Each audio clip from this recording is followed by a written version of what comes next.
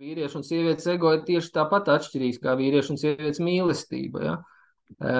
Ja sievietes ego ir destruktīvs, tad vīrieša ego ir konstruktīvs.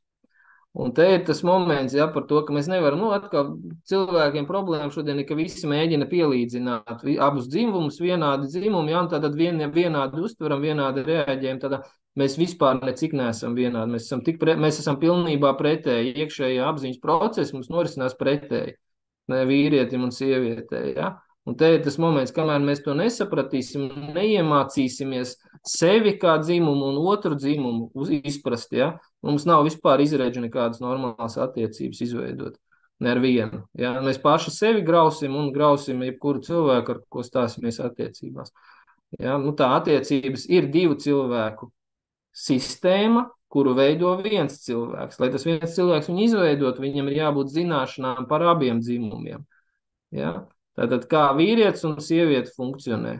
Visiem tiem procesiem jābūt, teiksim, ne tikai zināšanai, bet pieredzē gūtai, kā minimums tur redzēt, savā ģimenē, tur attiecībās un tā tālāk.